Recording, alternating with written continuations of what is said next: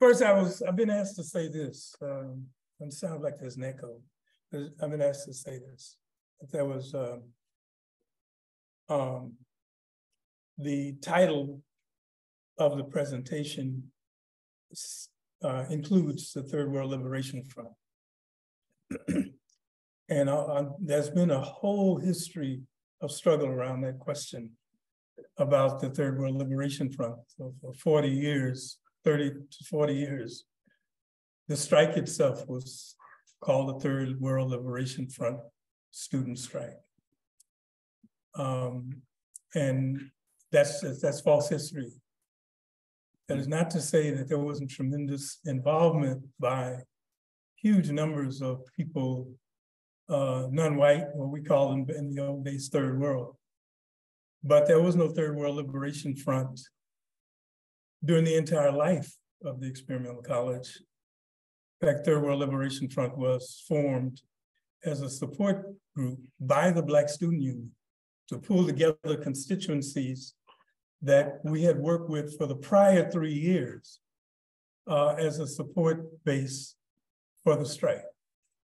So that's just to clear up the history that there was no Third World Liberation Front. But I caught a lot of hell from people who were from the Third World Liberation Front and from Black Student Union who said, we have to keep history clear. The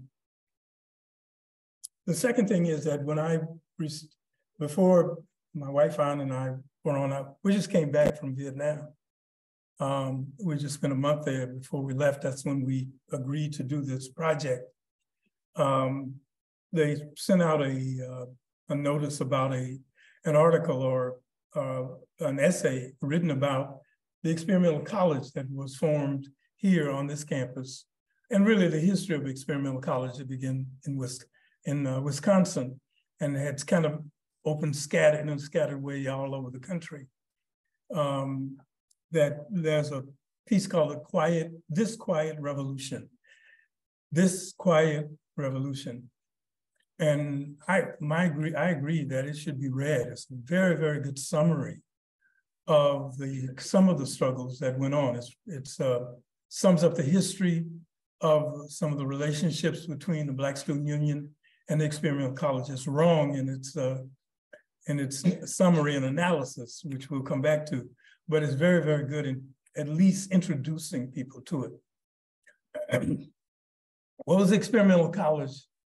In 1960, in May, there were a series of demonstrations in opposition to a set of hearings that were put on by the House of Representatives in San Francisco. It was called the House Un-American Activities Committee. This was a traveling committee that went all over the country, exposing people who were liberal, who had liberal consciousness and ideas, and trying to convince the country that these people were un-American. This was a part of about probably a generation after World War II of trying to consolidate a conformity among the American people in opposition to what was called communism in those days. Today it's called woke, but in those days it was called communism. And the idea was to set a certain kind of pattern or standard that everyone had to take a loyalty oath to this country as it stood. As it stood, Mexican workers were called wetbacks. That was as it stood. About 40% of the country was under apartheid. Apartheid in South Africa had learned its lessons and had studied segregation in the South and had appended that taken that to South Africa and applied it. That's how intense or entrenched segregation was in the United States. During the World War II, women were really the major productive force in this country.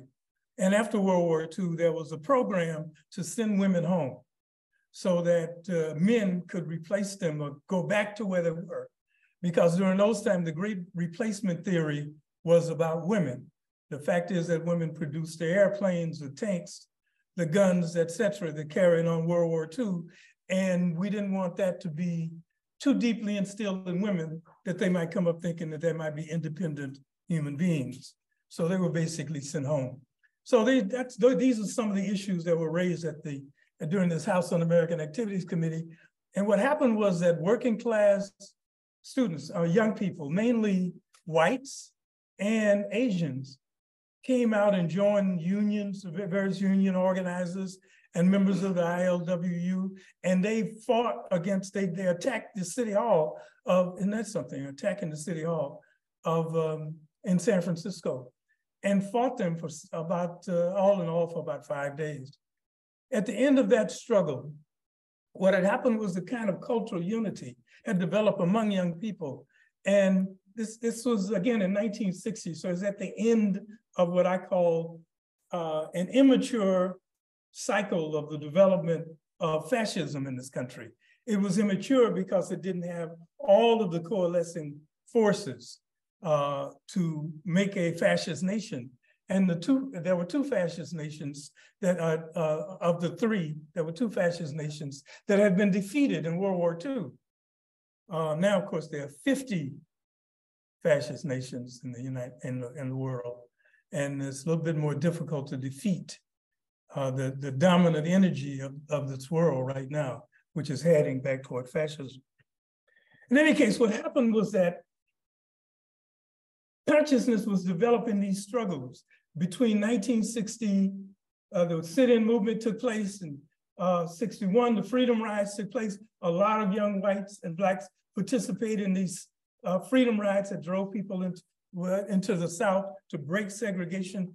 In 1963 and 1965, there were major mass demonstrations in San Francisco that drew young people. Many of them were working class, or people who just coming out of the military or just coming up from the Deep South, who congealed, who came together around struggles here in the Bay Area.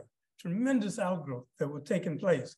Well, as they retreated from the activities, from the demonstrations, from the arrests, from victories and from defeats, some of them retreated back into the college life, because the fastest growing industry in this country in the mid-1960s was the higher education industry.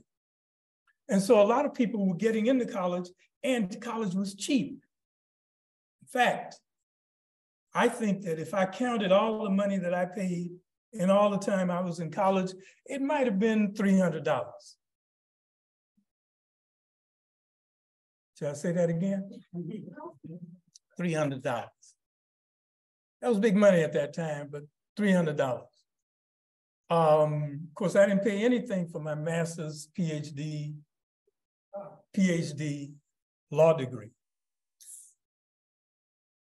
Free. Have you heard of any madness like that?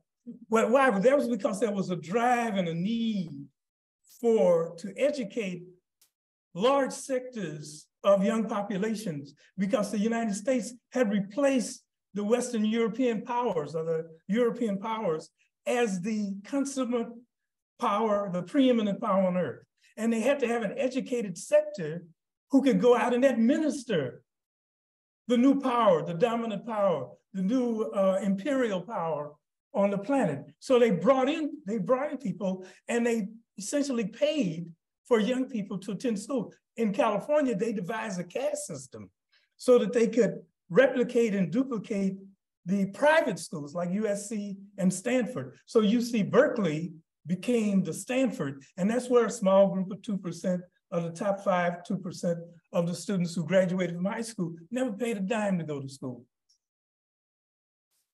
The second layer was the state colleges like San Francisco State, where they were going to train the technocrats and the school teachers. And almost anybody could go to those, but they needed to have a good layer of young whites who could come in, because of course they were going to engineer and administer all the projects that were going to take place out in the world. And then the community colleges for the rest of us. That's how the structure was laid out in 1960. But they made a couple of holes. They made a couple of, the state of California said they needed to have two groups of people that they can allow in who couldn't make the grade to take those exams, all those college exams. I mean, the CAT, they still do the CAT, the college aptitude tests, the SAT, yeah, all of those. Totally racist, totally eugenicist, totally.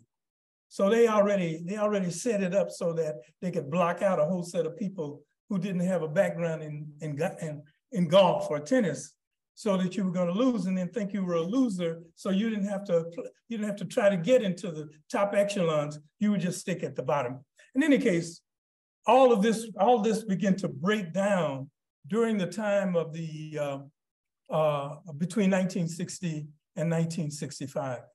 At San Francisco State, a group of young whites led by Jim Nixon, who was Richard Nixon's nephew, in a liberal organization of students.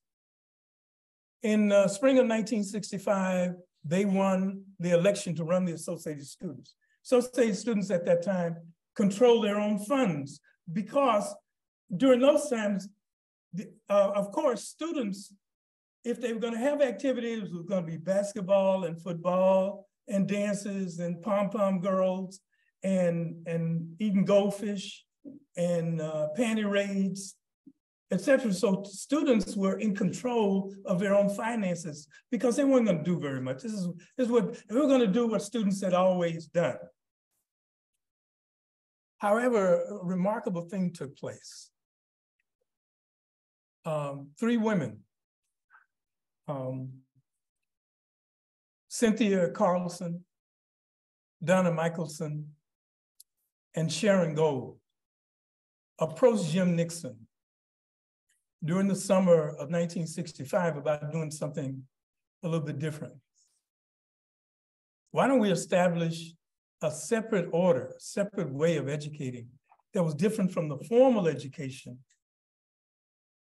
and see if we could get faculty members to sponsor us? And Jim Nixon, because he fell for Cynthia Carlson, went for it. Cynthia Carlson was a tsunami. She came into San Francisco State and her basic thing was, you got 97% male teachers. 97% of them were white. There aren't any women teachers. So I want to teach myself. So she set up her own class. Sharon Gold taught a class that fall of 65 on anti-racism. And Donna Michelson was one of those people who was early in the anti-war movement. She taught a class. That was all experimental college was. See if it would happen. So they got college sponsors, a little space, and they opened up. And they had 3 classes, and they had 170 enrollees into the classes. So all the classes had more than 50 students. In the spring of 1966, they decided to double the size number of classes, so to 6. It ended up being about 8, but they wanted to double the number. I taught 2, because I had just come in and just become a student. But I had a number of years as an organizer in the civil rights movement in the both in the South and in Los Angeles. So I taught 2 classes. There was a class taught called Black Nationalism, and a guy by the name of Tom Ramsey taught a class on community organizing. He was a follower of one of the icons at that time. His name was Saul Alinsky. So those were the number of classes. But so many students were interested in being a part of this. So here's the development. You have this growth this tremendous interest by students in teaching other students on the assumption that no student, just like no faculty, was a bank of knowledge. So that's the thrust of it. The shift in the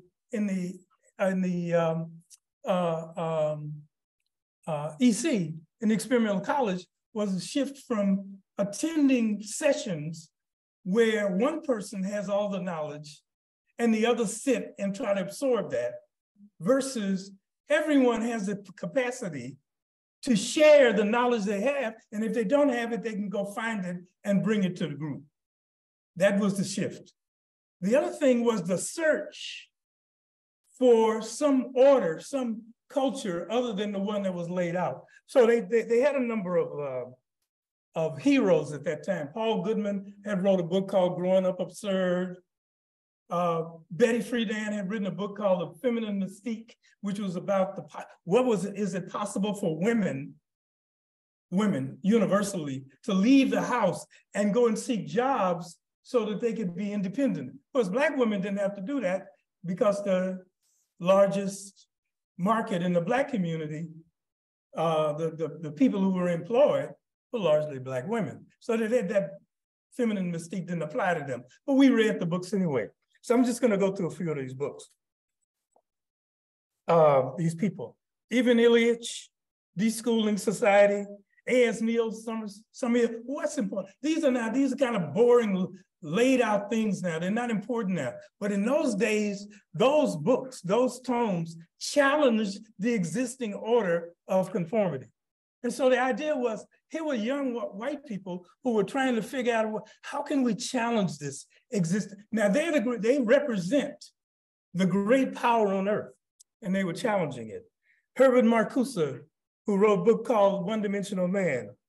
Eric Fromm, C. Wright Mills, who challenged the order by coming out with a book called The Power Elite. All of these dynamics were taking place in the learning circle. So people were reading these books and they were using these books as a means to challenge the social order.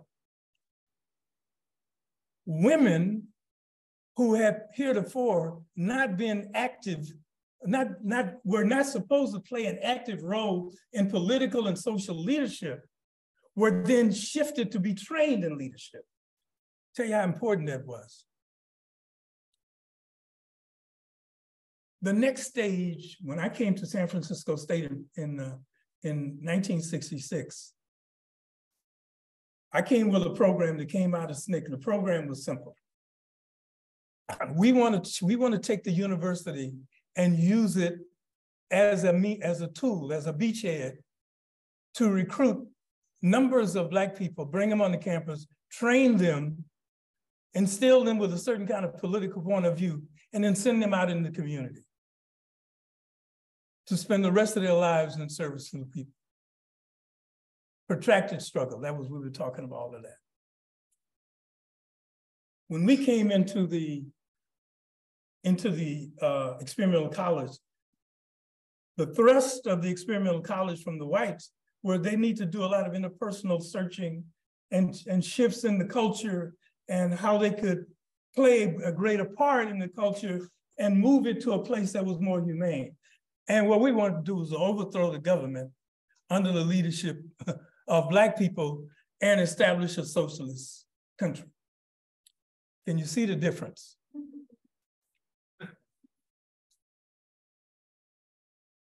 So we viewed our job as this. We want to make Black Student Union a model. And the model would look like this.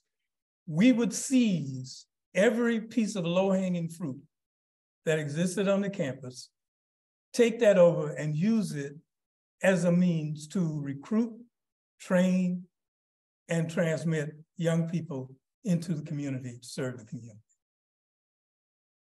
The low-hanging fruit was the associated students. That included the experimental college. That included the community involvement program. That included the tutorial program.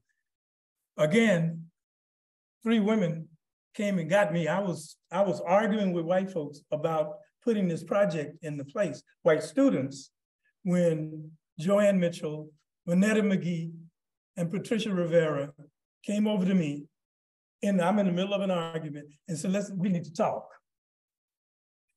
They are the reason there was a Black Student Union, because they saw the potential. They saw what I was talking about as a certain set of goals. They recognized that their own ongoing organization, the Negro Students Association, which was a place where people could hear things and talk, was not going to be a movement, an aggressive, assertive movement, and you needed to put that together, and that's what happened. What happened was that we met together, a group of about 6 or 7 of us, and we met with the chair of that organization, whose name was Mariana Wadi, who is the person who's central to all that development. And we pulled together the various Black factions on the campus and formed what became the Black Student Union. But the Black Student Union's job was, the first thing we did was take over the tutorial program. Second thing we did was take over the community organizing program. And the third thing we did was to join, we tasked Mariana Wadi to set up something called the Black Arts and Culture Series. She went into the experimental college with the purpose of trying to seize as much of the assets, the resources, because that's what we want to do. The experimental, that's all right. We'll wait it out. We saw ourselves as, the experimental college saw itself as seizing the resources of the institutions so that they could develop themselves internally. And we saw ourselves as seizing those same resources to develop movements and struggles within the Black community so that we can ameliorate our situation. And that's basically what was going to be at loggerheads, but initially we worked very closely together. That went on for about a year and a half. And then by the next spring, the experimental college had about peaked. Its leadership had reached about as far as it could go. They did something that we did not do. That is, they didn't see themselves as replicating people who had the same point of view. So when those 3 women who were the dynamic forces of the experimental college, Donna Michelson, Cynthia now Nixon, and Sharon Gold, left the campus, well, replaced them with young men who were very much better at organizing or organization, but not good at vision. They were not visionaries. A fundamental object of the Black Student Union was to train and prepare visionaries. That is, we wanted people to develop to the point where they could spend the rest of their lives in service. So they had to have a vision about that service. They had to have a point of view. They had to have a sense of the long struggle. So by spring of 1967, the Black Student Union had evolved. We had brought Leroy Jones and his wife and Sonia Sanchez, and they had served to enhance our cultural work. We had moved from 2 or 3 courses to 8, and then 12, and then 17. We had convinced the administration and the academic senate to accept our proposal for a Black Studies and Community Work Program. Let me say that again. Black Studies and Community Work Program. Black Studies we saw it as an insurgency. It was not designed to be on a campus.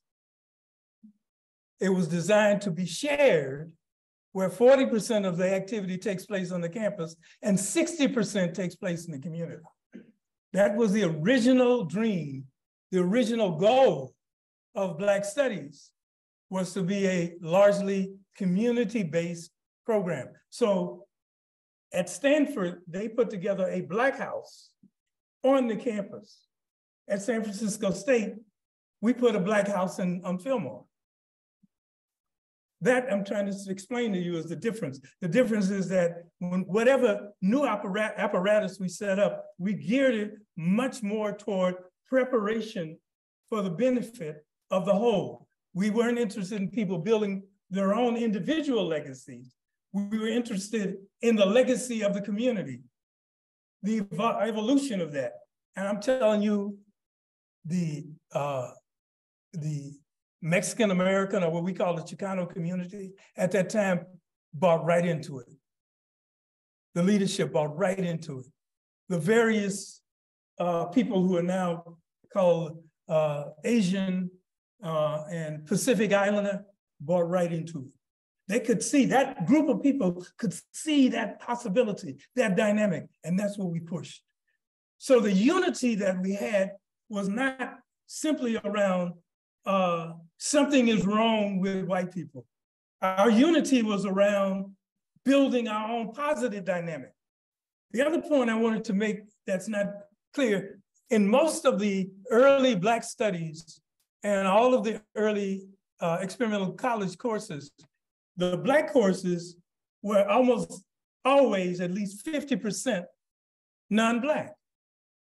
So that when the strike took place, not only did we have an educated, politically educated, and a culturally strong group of non-whites, we also had a similar dynamic among whites because they had been exposed for some people for 2 and 3 years to that history and that culture. And interestingly enough, they may have felt embarrassed by it initially, but they didn't feel embarrassed. As DeSantis says, he doesn't want his children to be embarrassed by learning that his grandparents were setting up picnics to lynch Black people. He didn't want his children to be uncomfortable. What we discovered and what we learned was that whites, if they stick to it, learn not only to be comfortable, they learn how to be human beings in a setting where they are not the dominant force.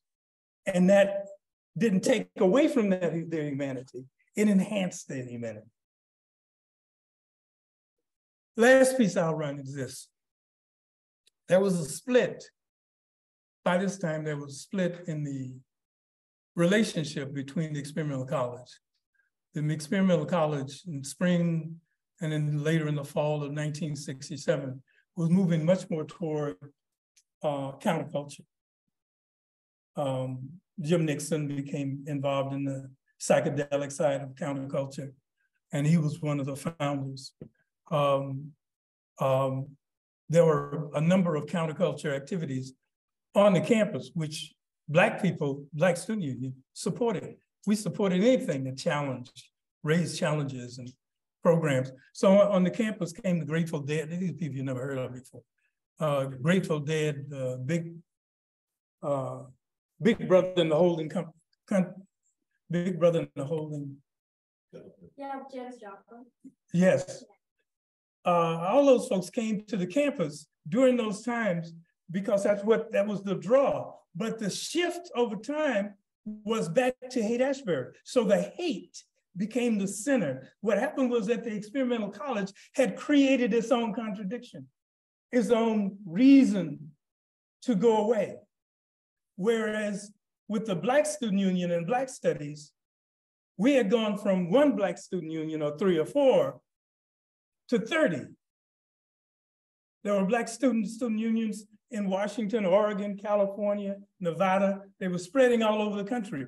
And all of them wanted to use that kind of model of training and preparation for long-term struggle. So that the direction, the logic of the direction was that there was no way we were going to stay together if you're not replicating your leadership, A, and B, you're moving away from, there's only going to be one center, and that's Haight-Ashbury, whereas our thing was the center of our work was wherever Black people were, or wherever Chicanos were, or wherever people from various Asian communities were. And that was the unity, that was what built or created the circumstances where there could be a Third World Liberation Front unity in support of the Black Student Union, because we worked every day with everyone to see if we could create a circumstance, a model for that training and effort. We did the same thing with SDS, Students for a Democratic Society, and the Progressive Labor Party. We thought that we were crazy because we weren't practicing for the immediate overthrow of the government. We were doing reformist stuff. And what I've said for the last, 50 years is that everything that the Black Panther Party did was reformist. You could call it revolutionary, but it was all reformist. The breakfast program is reformist. But that's the same thing that Amilcar Cabral did in Guinea-Bissau. It's the same thing that Mao did in the Long March. It's all right to do reform if you got a program. So whatever, you can call it whatever you like. And of course, the leaders who still survive of the Progressive Labor Party, Communist Party, the kind of Maoist communist parties of that time, have all become insurance executives or big in the tech industry, or so they kind of gave it up. Whereas people like myself, as my mother said, you're never going to be any more than half housebroken. And that's probably the case. It hasn't gotten any better for me. I mean, my behavior has not gotten any better. And my friends and associates like Ray Tompkins there, Paul Lee here, who my chief researcher, and Craig, this guy here is, boy, you want to learn, this is the guy to teach my wife. We're all involved in some kind of reclamation or development for humankind. And my work with Mark, your professor here, is trying to engender that about the past. We're still moving at that. We're still moving at that level. So the work of the experimental college was positive work, and there's need for experimental college, although it's very difficult now because experimental college in 1960s developed at the end of an undeveloped and immature fascism. Right now, we're at the end of a period of enlightenment and moving deeply into a period of potential fascism. So the work will be harder, and I don't envy you for that work, but the work has to be done. There needs to be several CITES, there needs to be several challenges. There's a lot of work that has to be done, but the people who started the experimental college and ended up with thousands of students on the Black Student Union, created the first new field of study in this country, in academia, in the last 50, 60 years, were between the ages of 16 and 25. We were between the leadership of the Black Student Union averaged 20 years of age. Hello? The leadership was averaged 20 years. We were all students, as Jerry Renato Presente said. We weren't hoodlums, we weren't thugs, we just were students. But we saw that the most important part of our educations, the most important deed that we could do with whatever knowledge we had, was to advance humanity, to advance the status of the people, and particularly to advance the status of our constituency. Thank you very much.